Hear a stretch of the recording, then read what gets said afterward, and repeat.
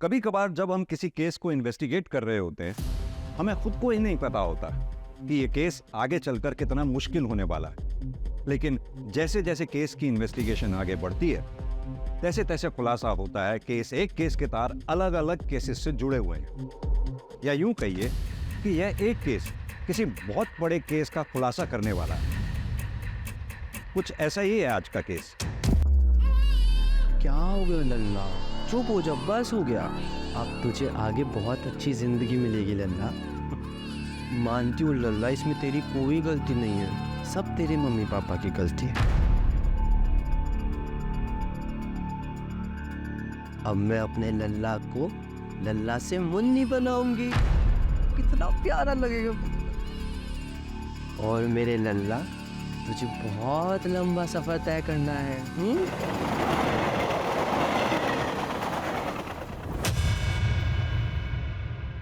May I have your attention please? 22559 Mumbai Chhatrapati Shivaji Maharaj Terminus, Chennai Express.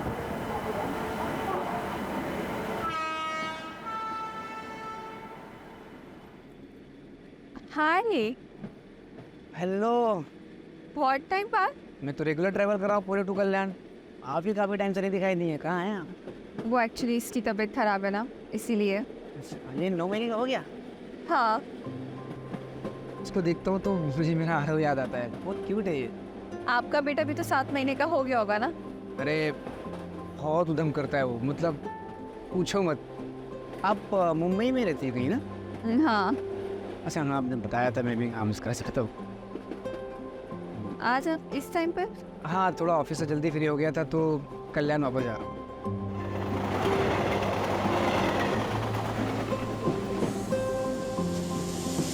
I think मेरा station, हाँ मेरा station आ गया।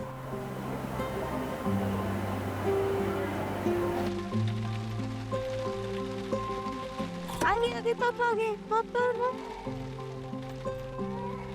हाय मेरा champ, I miss you. क्यों हो रहा है ये? पीछे बैठना। अरे तो फिर पीछे रखो ना फिर।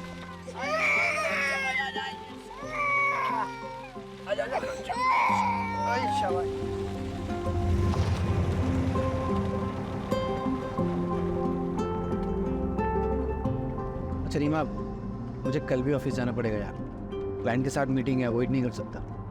अजीत, पहले तुम हफ्ते में 2 बार जाते थे, अब तुम हर दिन घूमने जाते हो। देखना, एक दिन ऐसा आएगा ना, आरव तुम्हें भूल जाएगा। अरे ऐसे कैसे भूल जाएगा मेरा चैम्प? अच्छा भूल जाएगा तो मुझे?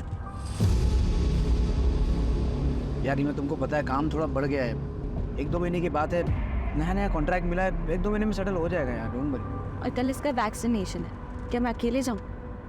कल ही? तुम्हें याद भी नहीं? अब ठीक है, मैं ऑफिस में बोल के मैं कल ब्रेक ले लेता हूँ।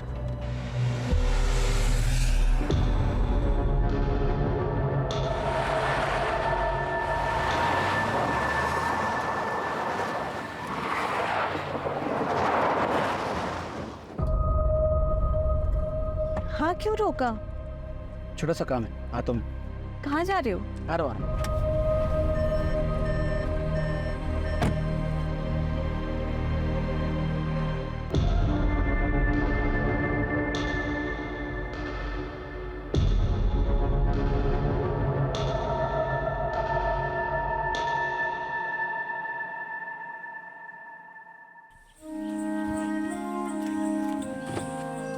कहाँ जा रहे हो? तो भाई 1 मिनट। कहाँ? लेकिन आरव। आ रहा हूँ। सो रहा है। यहाँ कहाँ जा रहे हैं, बताओ ना, कुछ बता नहीं रहे हो। अभी अपनी आंखें बंद करो। अच्छा, अब बताओ। कुछ है, बस 2 मिनट। ध्यान से, मैं गिर जाऊँ।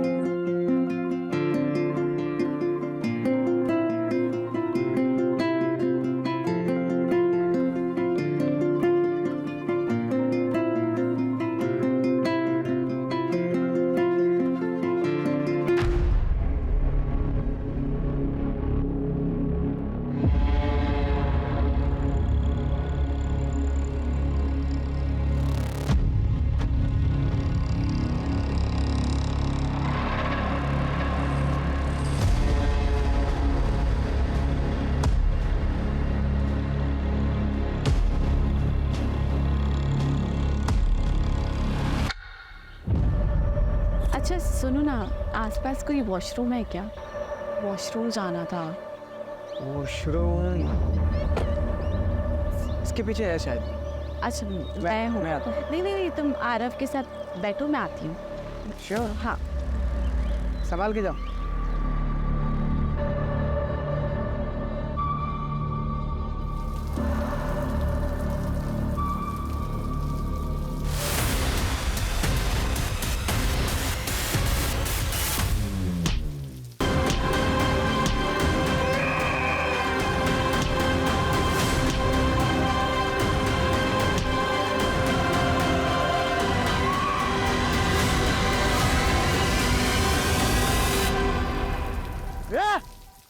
कौन है? ओ दादा साइड में। ओ उधर। ओ दादा उधर कौन आएगा? दादा साइड में। दादा दादा दादा उधर।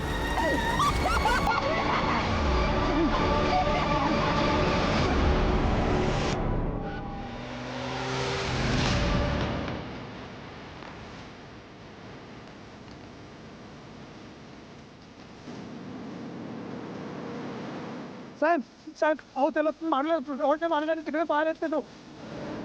चलो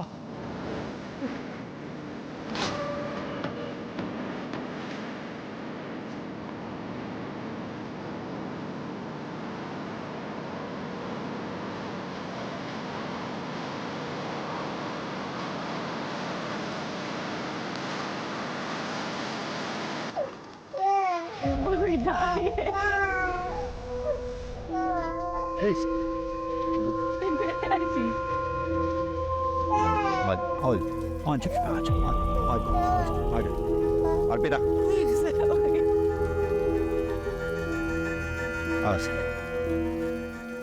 सर, ये सुदामा है, आई विटनेस, यही नौकरी करता है। क्या देखा तुमने साहब को बताओ? साहब वो एक ये गाड़ी के पीछे ना एक सफ़ेद कलर की गाड़ी वो उधर गेट तक आई थी और बाद में चली गई। तो फिर इन्हें मारा किसने? साहब वो एक काला रंग का कोट वो पहनते ना ऐसा हुडी करके। ए कौन है? लड़का था या लड़की पता नहीं, वो मार के चला गया। मैं उसको पकड़ने के लिए पीछे पीछे दौड़ा था पर वो एक हवलदार साहब उनके पीछे पीछे चले गए, इसलिए फिर मैं वापस इधर आ गया। देवा जी, आपने कुछ देखा या सुना? नहीं सर, सर मैं तो वॉशरूम गई थी उस तरफ, दूर थी तो कुछ आवाज ही नहीं आई। जिसे वापस आई था अजीत को किसी ने मार दिया। अच्छा एक बात बताइए, आपने भी वो व्हाइट गाड़ी देखी थी? व्हाइट कलर की गाड़ी? हाँ सर, वो तो कल्याण स्टेशन से हमारा पीछा कर रही थी। वो गाड़ी को मैंने यहाँ पे भी देखा था, लेकिन वो तो आगे चली गई थी। संभालिए अपने आप। सुनो, मैडम और बच्ची को सेफली घर पहुंचाओ। रुपेश, एम्बुलेंस के लिए कॉल करो, बॉडी को पोस्टमार्टम के लिए भिजवाओ। सर। रुपेश, कल्याण स्टेशन से लेके यहाँ तक रास्ते में जितने भी सीसीटीवी हैं उनकी फुटेज चेक करो, क्या पता वो कार किसी कैमरा में कैप्चर हुई हो। और पता करो ये अपने पुलिस स्टेशन में कौन सा कांस्टेबल था जो यहाँ ड्यूटी पे था। ऐसा कौन सा कांस्टेबल है जो क्रिमिनल के पीछे भागा तो सही और गायब हो गया।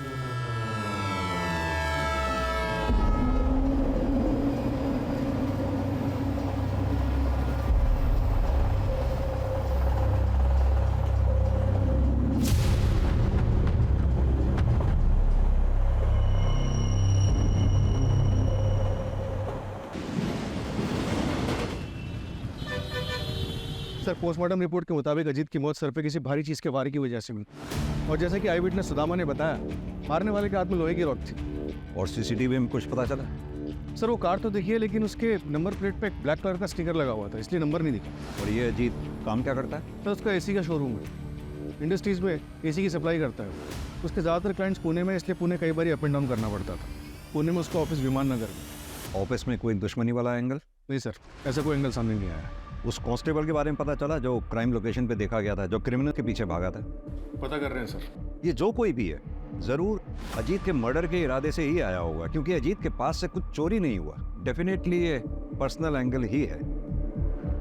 अजीत की फैमिली में कौन कौन है? सर अजीत की माँ बचपन में ही गुजर गई थी। उसके बाद उसके फादर सुनील पाटिल ने दूसरी शादी की, सविता पाटिल के साथ। कौन कर सकता है ऐसा मेरे बेटे के साथ? उसने तो कभी किसी का कुछ बुरा भी नहीं किया।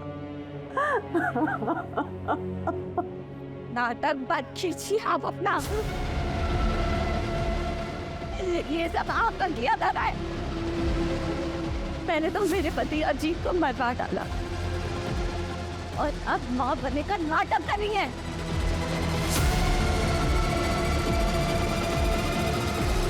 भाभी भाभी मैं क्या कह रहा हूँ, आप शांत हो। हाथ नहीं लगा।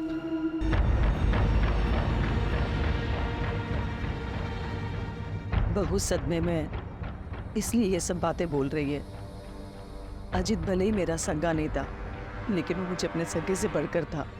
वो मेरा बेटा ही था। और जैसे हर घर में झगड़े होते भाइयों के, वैसे ही अजीत और शिव के भी झगड़े होते थे। शिव उठ, आज तुझे मेरे साथ ऑफिस जाना था ना, चल जल्दी, बोले ट्रेन मिस होगी। नहीं भैया आज नहीं, कल लेट आया ना तो नींद पूरी नहीं हुई है। अरे ऐसा कैसे चलेगा तेरा? ग्रेजुएशन कंप्लीट हो गया है तेरा, या तो बिजनेस ज्वाइन कर या तो आगे की पढ़ाई पूरी कर। 6 महीने से तो घर पे पड़ा हुआ है, या तो सोता रहता है तो पार्टी करता है। क्या रे तेरा है? लेक्चर देने का बोलना है क्या? भाई है ना, भाई बन के रहे, बाप बनने की कोशिश मत कर। शेर, ये तू कैसी बातें कर रहा है? वो तेरे भले के लिए बोल रहा है ना, और तू उसके साथ इतनी बदतमीजी से बात कर रहा है। माफी मांग उससे। कहाँ जा रहा है तू? दोस्त के घर पे सुकून से सोने। रे शिव, वो तो की तेरी मनमानी। रेडी हो और ऑफिस चल। हाथ का कुछ माला। जाऊ दे अजित, विनाशकाली विपरीत बुद्धि। पर ये आई जितना अच्छा बनने की कोशिश कर रही है ना, उतनी अच्छी वो है नहीं। वो नाटक कर रही है। उन्होंने कभी भी मेरे पति अजीत को अपना नहीं माना था। शेर, किधर जा रहा है? जा मेरे कमरे में जाके सो जा। अरे जा ना। अंदर तो बहुत नाटक कर रही थी तू। करना पड़ता है, प्रॉपर्टी में हिस्सा नहीं चाहिए क्या? और तेरा भी गुस्सा ना थोड़ा कम ही रख, समझ लिया? वो सिर्फ प्रॉपर्टी के लिए सारा नाटक करती है। तो क्या आपको लगता है कि प्रॉपर्टी की वजह से ये लोग अजीत का मर्डर करवा सकते हैं? हाँ सर, बिल्कुल। क्योंकि बाबा ने अजीत के नाम पे पूरी प्रॉपर्टी और बिजनेस कर दी थी, और बाबा ने अजीत को ये अथॉरिटी दी थी कि जब शिव पूरी तरीके से बिजनेस हैंडल करने के लिए रेडी हो जाएगा तब प्रॉपर्टी का बंटवारा कर सकते हैं। उन्होंने कभी भी शिव को सौतेला भाई नहीं माना, हमेशा दिल से अपनाया है। लेकिन शिव ने अजीत को कभी भी अपना परिवार नहीं माना, और इन सब चीजों का नतीजा आपके सामने है सर। संभालिए अपने आप। सास बहू में कहा खिटपिट नहीं होती है सर, लेकिन एक बात कहूंगी, अजीत साहब और रीमा दीदी बहुत अच्छे लोग हैं। यहाँ कब से काम कर रही हो? यही कुछ 2-4 महीने पहले। कैसे लगी थी नौकरी? वो अजीत साहब ने एजेंसी से बात की थी, मैं एजेंसी के जरिए यहाँ आई।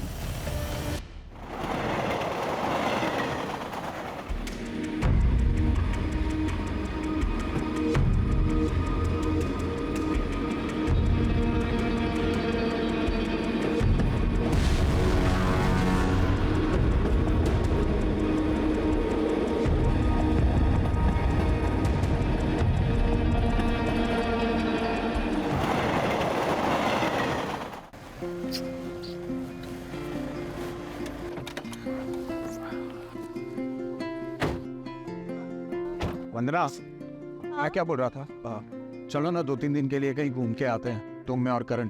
तुम्हारा मूड भी चेंज हो जाएगा और थोड़ा स्ट्रेस भी कम हो जाएगा तुम्हारा। नहीं नहीं, मुझे नहीं जाना कहीं पे भी। क्यों? मुझे ना काम का बहुत ही ज्यादा प्रेशर है, और मुझे लग रहा है ना मैं अपना काम ना मैनेज भी नहीं कर पा रही हूँ।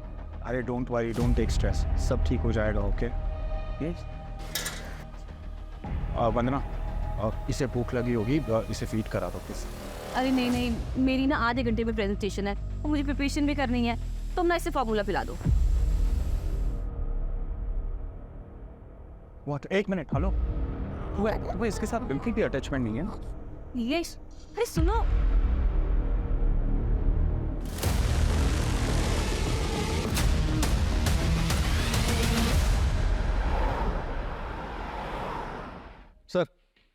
क्राइम सीन पे जो कांस्टेबल देखा गया था, जो क्रिमिनल्स के पीछे भागा था, उसका कुछ पता नहीं चल रहा है। ऐसा कैसे हो सकता है? उस दिन वो ड्यूटी पे था। भले ही किलर्स को ना पकड़ पाया हो, लेकिन उसे आसपास के पुलिस स्टेशन या फिर कंट्रोल रूम में रिपोर्ट तो करना चाहिए था। पर ऐसे कोई रिपोर्ट कहीं हुई नहीं है सर। एक मिनट सर। सर, अजीत की सीडीआर रिपोर्ट आ गई है। सर, अजीत के पिछले 3 महीने से एक नंबर पे कई बारी बात हो रही है किसी दृष्टि अवस्थी का। दृष्टि अवस्थी? हाँ सर, वो अजीत की एक्स गर्लफ्रेंड थी। अजीत ने मुझे उसके बारे में शादी के टाइम बताया था। दृष्टि ने उन्हें छोड़कर किसी एनआरआई से शादी कर ली थी, लेकिन अजीत बहुत सीरियस थे उनको लेकर, इसलिए वो जब भी उन्हें कांटेक्ट करती तो वो उसे इग्नोर नहीं कर पाते थे। अरे हाँ बाबा, घर देख लिया है मैंने और रेंट बजट में भी है। अरे तू पहले सेटल तो हो जाए, फिर साथ में चल के देख लेंगे। हाँ ठीक है। इतनी रात को किससे बात कर रहे हो? अरे वो दृष्टि है, वो यूएस से यहाँ पे सेटल हो रही है तो घर ढूंढ रही है रेंट पे, तो मैं उसको हेल्प कर रहा हूँ। तो तुम्हें क्यों कॉल किया? मुझे 1 मिनट, तुम मुझ पर शक कर रही हो? ऑफ कोर्स, एक्स गर्लफ्रेंड है वो तुम्हारी। एग्जैक्टली, एक से वो मेरी। तुम मेरी प्रेजेंट हो, फ्यूचर हो। I love you. हाँ, मैं बात करती थी अजीत से, फ्रेंड था वो मेरा, और 5 साल बाद इससे मिलकर अच्छा लगा था। इतना अच्छा लगता था कि आपस में एक दूसरे को इतने सारे कॉल किया करते थे। दृष्टि जी, कहीं ऐसा तो नहीं पुराना प्यार फिर से जाग गया था? एक्सक्यूज मी सर, ऐसा कुछ नहीं था। और वैसे भी अजीत एक बच्चे का बाप था। और वही अजीत आपके लिए रेंट पे घर ढूंढ रहा था। वो क्यों मेरे लिए घर ढूंढेगा? अच्छा, एक बात बताइए आकाश, सर, ये सब क्या चल रहा है? किस लिए आए आप यहाँ? आपको पता है ये किसका घर है? और आने से पहले आपने इंटीमेशन क्यों नहीं दिया? जरूरी नहीं समझा आपने? सर कुछ नहीं, बस रूटीन पूछताछ करनी थी सर। हो गई आपकी पूछताछ? जी। Now you go. और ये याद रखिएगा, दृष्टि मेरी बेटी है, वैसा कोई क्राइम नहीं कर सकते। सर, बेटा कोई टेंशन की जरूरत नहीं है, मैं हूं। रुपेश, इन दोनों में से कोई तो झूठ बोल रहा है। ये रीमा जरूर इनसिक्योर फील कर रही होगी सर।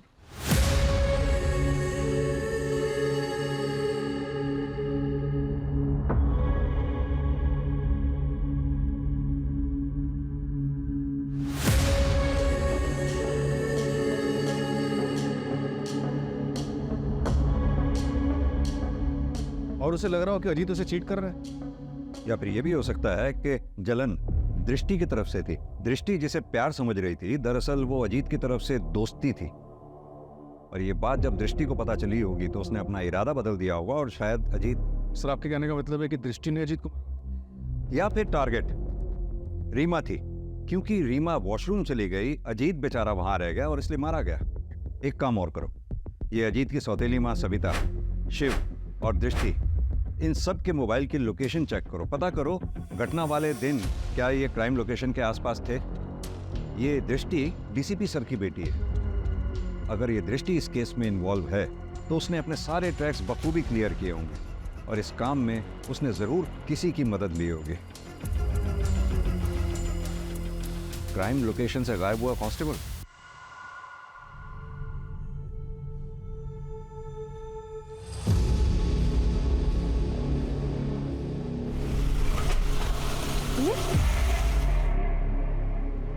पता नहीं क्या हो गया।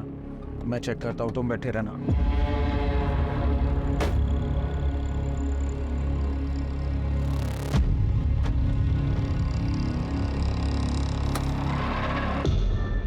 क्या हुआ नीलेश? पता नहीं यार, शायद पेट्रोल टैंक लीकेज है, मुझे फोन करना पड़ेगा। हाँ शहजाद, सुनना, मेरी गाड़ी बंद हो गई है यार।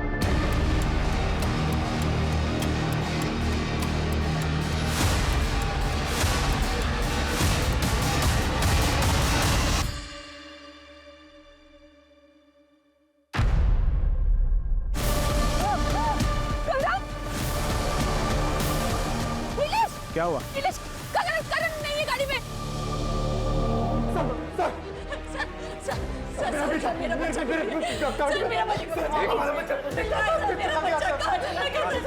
आराम से बताइए क्या हुआ आपके बच्चे को? सर, हम लोग लंच करके वापस आ रहे थे, मेरा बच्चा पीछे गाड़ी में था। हुआ नीलेश?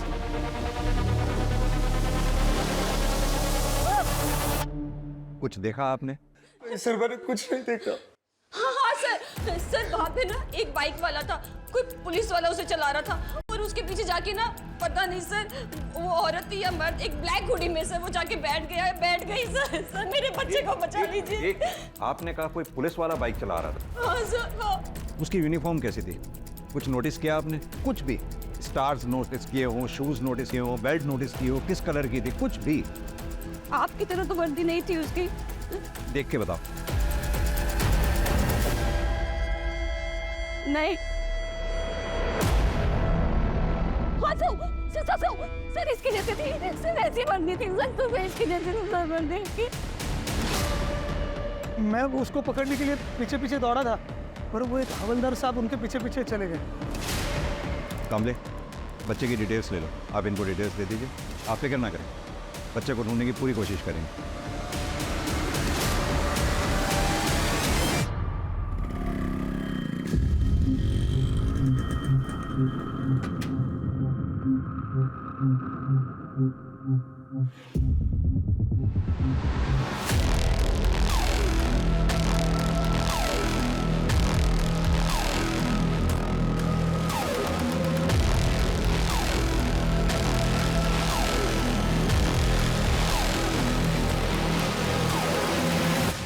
एक काम करो, नीलेश और वंदना का बच्चा जहां से चोरी हुआ था उसके आसपास के सीसीटीवी फुटेजेस चेक करो। पता तो चले कौन है जो पुलिस की वर्दी को बदनाम कर रहा है।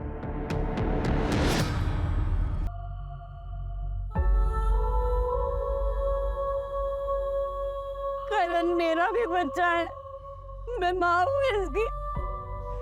वो तो बस काम की वजह से थोड़ा परेशान रहती थी, पर मैं अपनी करण की बिना मैं नहीं रह सकती।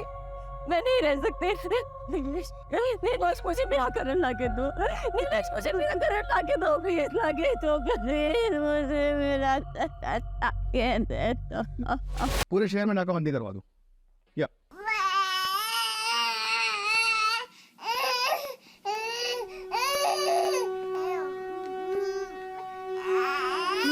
बेटा ना सारे क्या हुआ? और ना मम्मा के पास है ना, मम्मा के पास।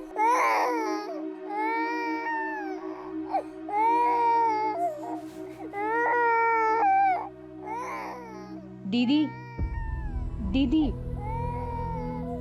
दीदी, वो मैं ये बोल रही थी कि 13वीं के बाद आप ना अपनी मम्मी के पास चली जाओ। उन्हें पैरालिसिस है पर आप तो जा सकती हैं। देखिए, आपका भी ध्यान बटेगा और उनको भी अच्छा लगेगा। वो आपके लिए परेशान हो रही होगी। नहीं तो मैं यहाँ से अभी नहीं जा सकती। अगर मैं चली गई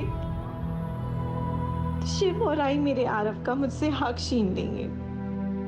अजीत की पूरी प्रॉपर्टी अपने नाम कर लेंगे वो लोग, मुझे कुछ मिले ना मिले।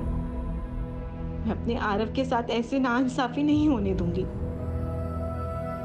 अगर अजीत यहाँ होते तो ये सब कभी नहीं होता।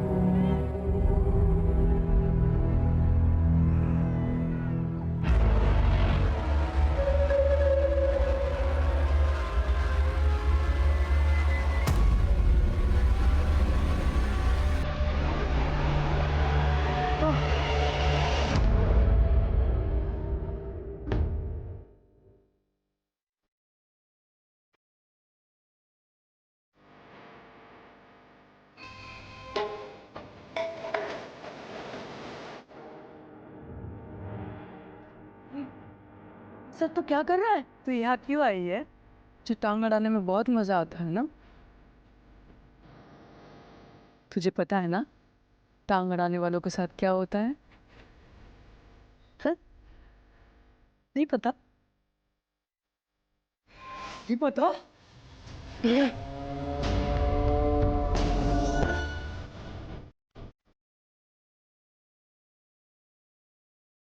चल जा, चल जा ना।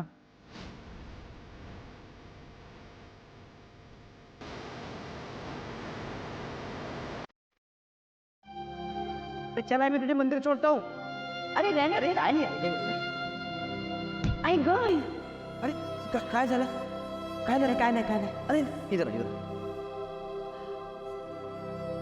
अरे ये बघ पूरा लाल हो गया, स्वेलिंग आ रहा है इसमें. अरे कुछ नहीं हुआ रे बाबा, सन मंदिरला उशीर होणार. अरे 2 मिनट थांब 2 मिनिट. अरे थांब ना 2 मिनिट आई.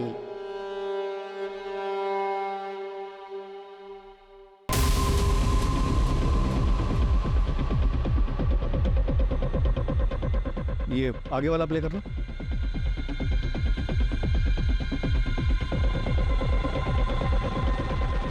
सर मैंने पता किया, उस दिन इसी इलाके में किसी भी चौकी में ये संदेश यादव नाम का कांस्टेबल था ही नहीं. तो हेड ऑफिस में पता करो. खाली हेड ऑफिस ही नहीं, आसपास के सबर्ब एरियाज में जितने भी संदेश यादव नाम के कांस्टेबल्स हैं सबको थाने बुलाओ पूछताछ के लिए. सर हेड ऑफिस में बात कर चुका हूँ. रुपेश, हमने देखा अजीत वाले केस में भी पुलिस कांस्टेबल क्रिमिनल के पीछे भागा था. वहीं अभी वंदना के केस में पुलिस कांस्टेबल बच्चा चुराने वाले का साथ दे रहा है. एक सेकंड रुपेश, कहीं ऐसा तो नहीं अजीत कोलेटरल डैमेज का शिकार था? मेरा मतलब क्रिमिनल बच्चा चुराने आया हो और अजीत मारा गया. क्या भाई सारे वो मैं क्या कर रहा है? हाँ, कितने का टारगेट था और तूने क्या किया? क्या फायदा तेरी इस वर्दी का? हाँ, मैं कोशिश तो कर रहा हूँ ना, मुझे नजर में है अभी, जल्दी कुछ करता हूँ मैं. देख, इस महीने अगर 10 का टारगेट पूरा नहीं किया ना तूने, तो मैं तुझे काट डालूंगी. और अगर मैंने तुझे माफ भी कर दिया ना, तो बबीता तुझे माफ नहीं करेगी. तेरे साथ साथ तेरे पूरे परिवार को भी वो काट डालेगी. चले फिर तेरा गुना हो जाएगा. ना क्या हुआ? मेरे बाबू को क्या हुआ? ओ नहीं.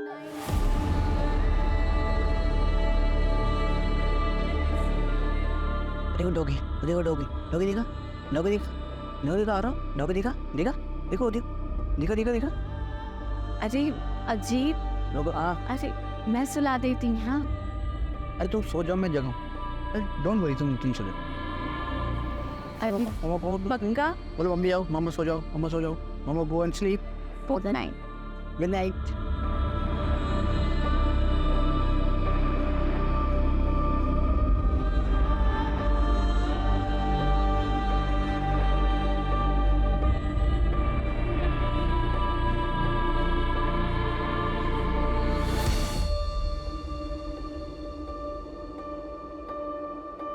नीतू, आरव को नहला के ये कपड़े पहना देना. नीतू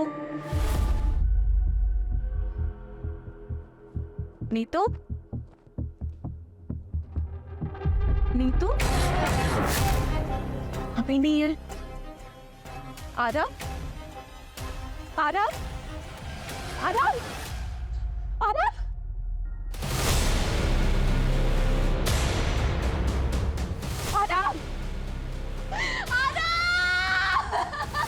काय झालं रे रिमा?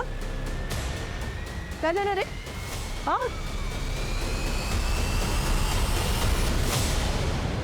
आपकी नैनी नीतू रहती कहाँ पर है? एक सेकंड सर. ये उसका आईडी कार्ड है. सर, अजीत नहीं रहे, पर मुझे प्लीज आरव को ढूंढ दीजिए. मैं मर जाऊंगी उसके बिना.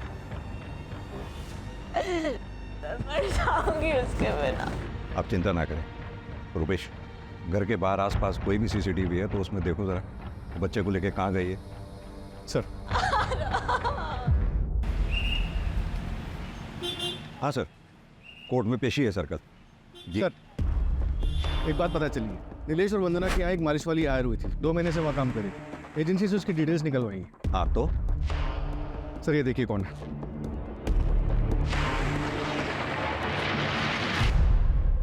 ये तो नीतू है. अजीत और रीमा के यहाँ जो बच्चे आरव की नैनी थी, तो ये 2 अलग अलग जगहों पे अलग अलग नाम से काम कर रही थी. मतलब नीतू बच्चा चोर है. लग तो ऐसे रहा सर. अगर ऐसा है तो फिर अजीत का मर्डर इसमें कहाँ फिट बैठता है? रुपेश, 2 बच्चों की किडनैपिंग हुई है। अगर 48 घंटों के अंदर हमने इन्हें नहीं ढूंढा तो उनकी तस्करी हो जाएगी, और अगर ये कोई रंजिश का खेल है तो बच्चों की जान को खतरा हो सकता है। सर,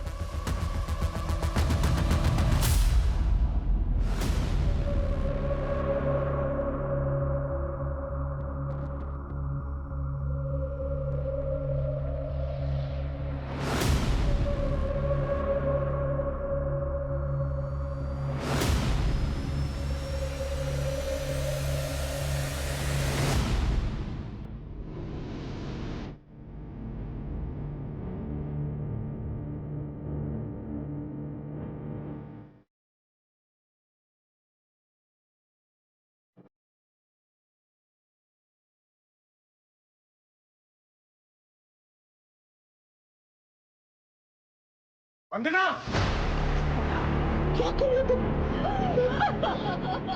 क्या कर रहे हो वंदना? नीलेश, मैं करण के बिना नहीं रह सकती। मुझे मेरा बच्चा चाहिए, मुझे मेरा बच्चा वंदना, तो नहीं जी सकती।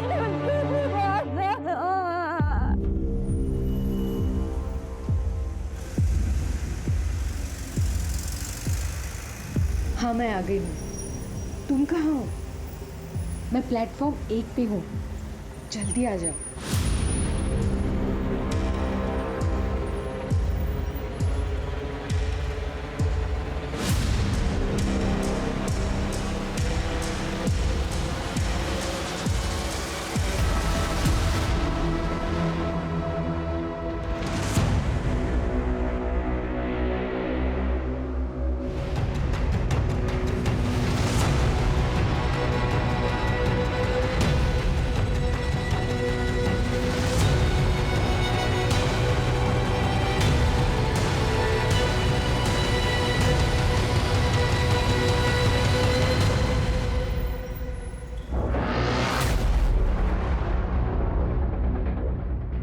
बॉडी को पोस्टमार्टम के लिए भेजो। उन लोगों को पता चल गया होगा कि हम नीतू के जरिए उनके चाइल्ड ट्रैफिकिंग गैंग तक पहुंचने वाले हैं। उन लोगों ने नीतू को मारकर बीच के लिंक को तोड़ दिया।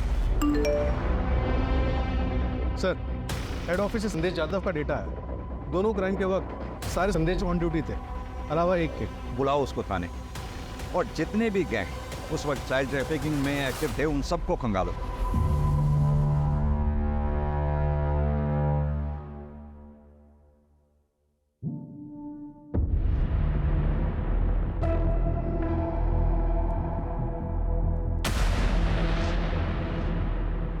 क्यों चुराया ये बच्चा? सर ये मैं नहीं हूँ सर। सर, मैं बच्चा क्यों चुराऊंगा? सर, मैंने ऐसा कुछ नहीं किया सर।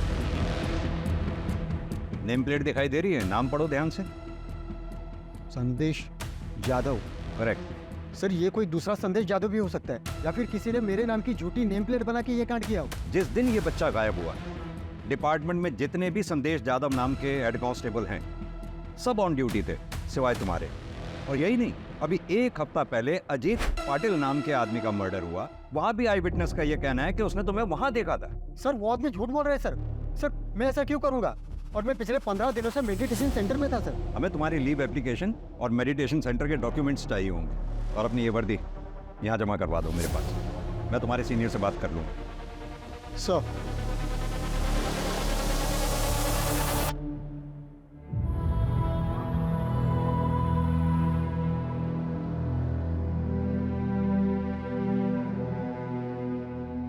अरे वाह, इस बार तूने टाइम पे पार्सल डिलीवर कर दिया। अब आगे से नहीं होगा। पुलिस को भनक लग गई है। अब थोड़े दिन के लिए सबको चुपना होगा। फिर तुझे हमारे साथ शामिल करने का क्या फायदा हुआ? अरे ये सब मचमच करने का टाइम नहीं है अभी। बबीता को बोलो अब पार्सल नहीं मिलेगा। अरे जो पार्सल है ना, इसको जल्दी अपनी मंजिल तक पहुंचाओ, और थोड़े दिन के लिए सब लोग सुमड़ी में कल्टो।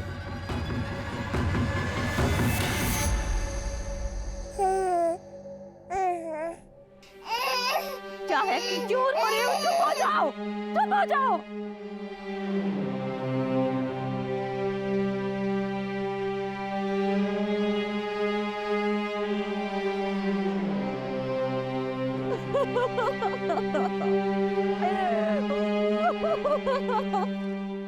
सर, ये बोरीवली पुलिस स्टेशन में केस दर्ज हुआ था।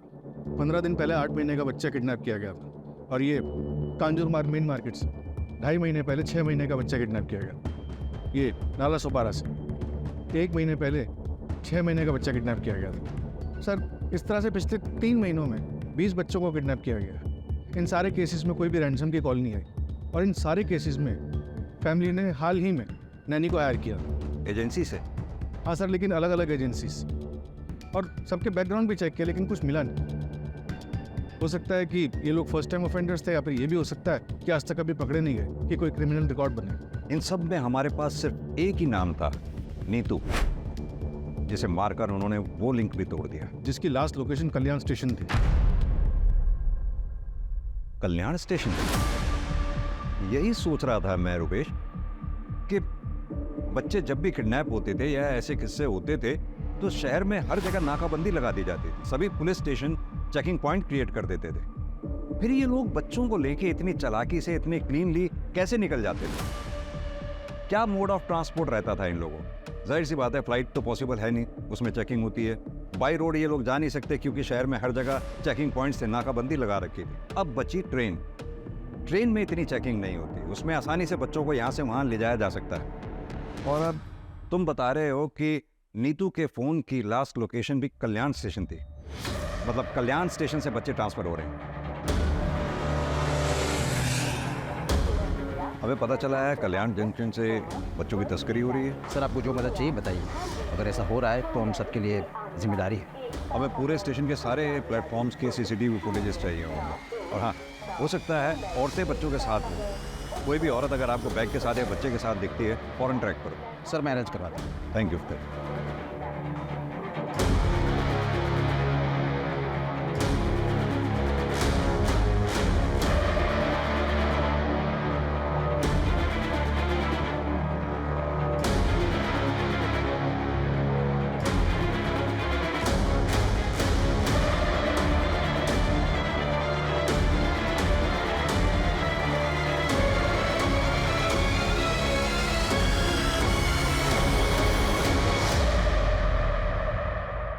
ओके सर, कांस्टेबल संदेश यादव के पीछे खबरी लगाए थे। एक बात पता चली।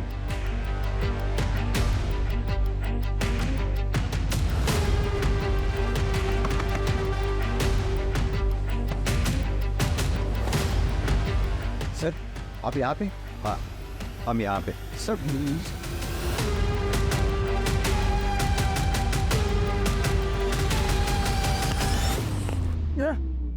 अरे तुझे तेरे भाई की यूनिफॉर्म पहन के लोगों के घरों के बाहर देखा गया।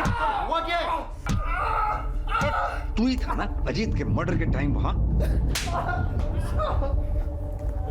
तेरा खेल खत्म हो गया है मनोज यादव। कल्याण में जब उस कपल का बच्चा चोरी हुआ, उसके बच्चे को चुराने में भी तूने उसका साथ दिया। किसके लिए काम? बताओ। मेरे पास कोई काम नहीं था। फिर कुछ दिन पहले मुझे एक औरत मिली, उसने मुझे अच्छे खासे पैसे ऑफर किए थे साहब। उसे पता था ना तेरा भाई कांस्टेबल है और ये छुट्टी पे है, मेडिटेशन सेंटर में है। हाँ साहब, उसे पता था, तभी तो उसने मुझे काम दिया। और उसने मुझे आसपास के इलाकों में नज़र रखने के लिए बोला। जो फैमिली में 1 साल से कम उम्र के बच्चे हैं, उनकी इंफॉर्मेशन निकालने का और उनके फ़ोटोज़ भेजने के लिए बोला था साहब। इस काम के मुझे 10,000 रुपये मिलते थे। फिर उसने मुझे बच्चे चुराने का काम दिया, उसके मुझे 75,000 रुपये मिलने लगे। लेकिन बच्चे हैंडओवर किसको करता? किसे हैंडओवर करता था वो? सब बोल। उसी औरत को, अर्चना को। उसके अलावा मैं किसी को नहीं जानता साहब। ताला तोड़ना पड़ेगा।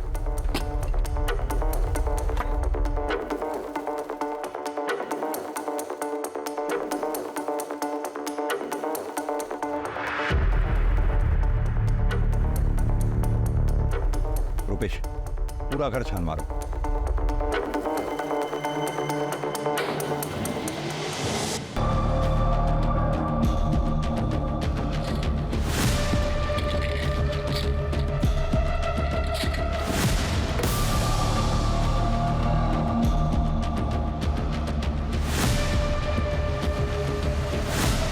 सर इधर आइए प्लीज।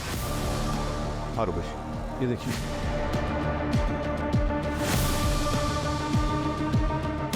क्रिमिनल्स तो हमसे भी 10 कदम आगे निकले। मैं तो सोच रहा था इन लोगों को हम सूट और साड़ी में देख रहे थे, ढूंढ रहे थे इनफैक्ट। अगर ये ऐसे ब्लेजर और ट्राउजर पहन के बच्चों को लेकर घूम रही होंगी और मेरे पास से भी निकल जाएंगे तो मैं तो नहीं पहचान पाऊंगा।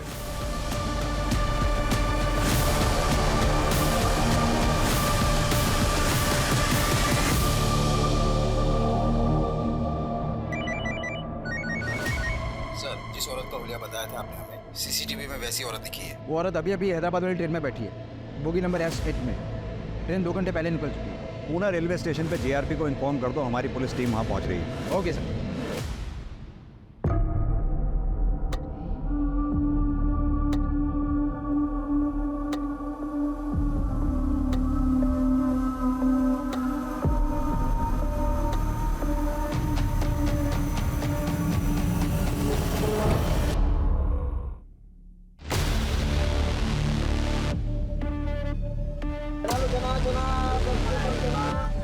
वड़ा पाव है, वड़ा पाव।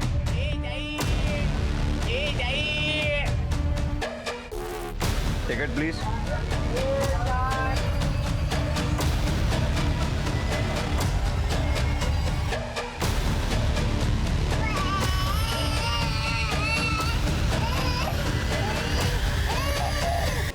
सर पूरा प्लेटफॉर्म चेक कर दिया लेकिन वो कहीं नहीं मिली।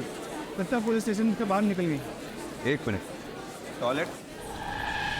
हटो। हेलो, कौन है? Sorry madam.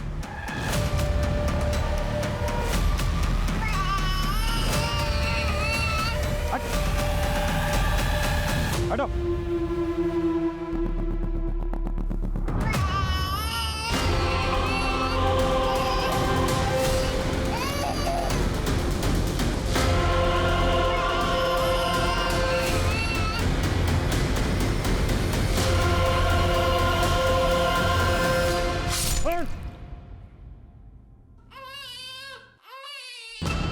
इधर जाइए, इधर इधर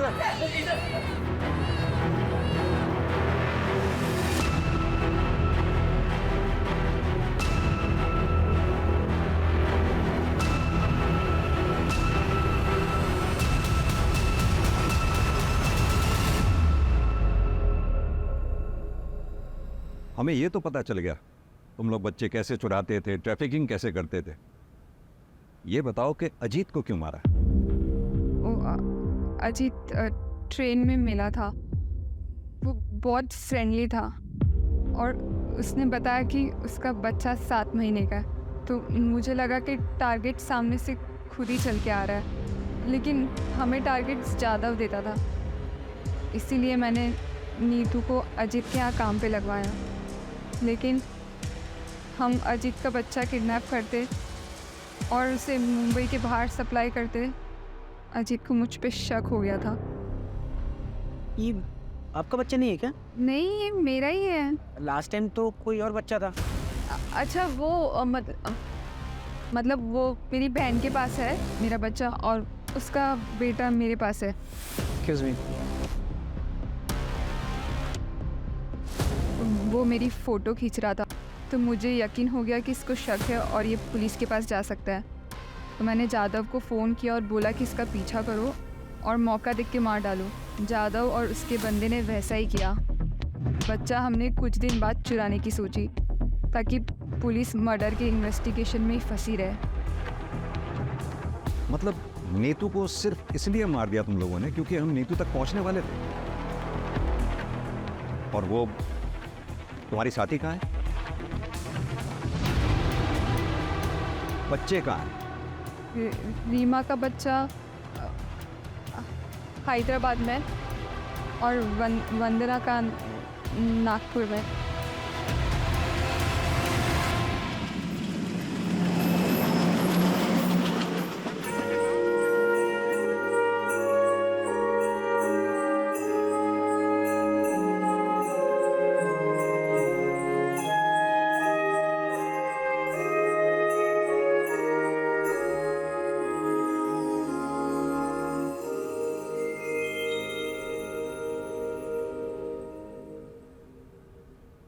वंदना के बच्चे को तो हमने बचा लिया, लेकिन रीमा का बच्चा अभी भी हैदराबाद में है। उसकी तलाश जारी है।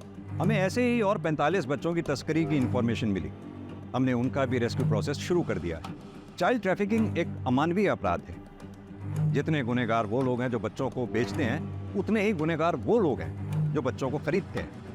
अगर किसी कपल को औलाद नहीं होती, इसका मतलब ये नहीं कि उनको लाइसेंस मिल गया बच्चा खरीदने का। वहीं अगर कोई चाइल्डलेस कपल बच्चा अडॉप्ट करना चाहता है तो वो मेक श्योर कर ले कि पूरी लीगल फॉर्मेलिटीज के बाद ही बच्चा उनकी गोद में आए। अगर किसी अनाथ आश्रम से इलीगली बच्चा अडॉप्ट किया जाता है तो वो भी उतना ही बड़ा क्राइम है जितना चाइल्ड